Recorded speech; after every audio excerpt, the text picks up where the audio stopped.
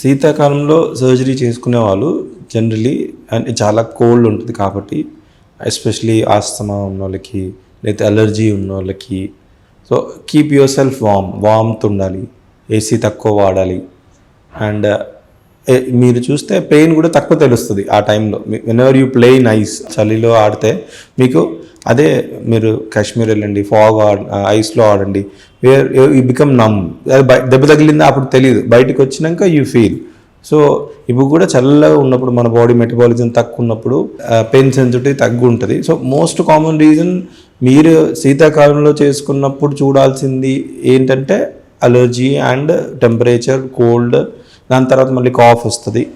Advantage ఏంటంటే సమ్మర్లో sweat వచ్చేసి పుండు మానదు, దాని మీద ఇంకా ఇన్ఫెక్షన్ అయ్యే ఛాన్సెస్ ఎక్కువ ఉంటుంది. ఇప్పుడు వింటర్లో అయితే బెటర్ ఉంటుంది.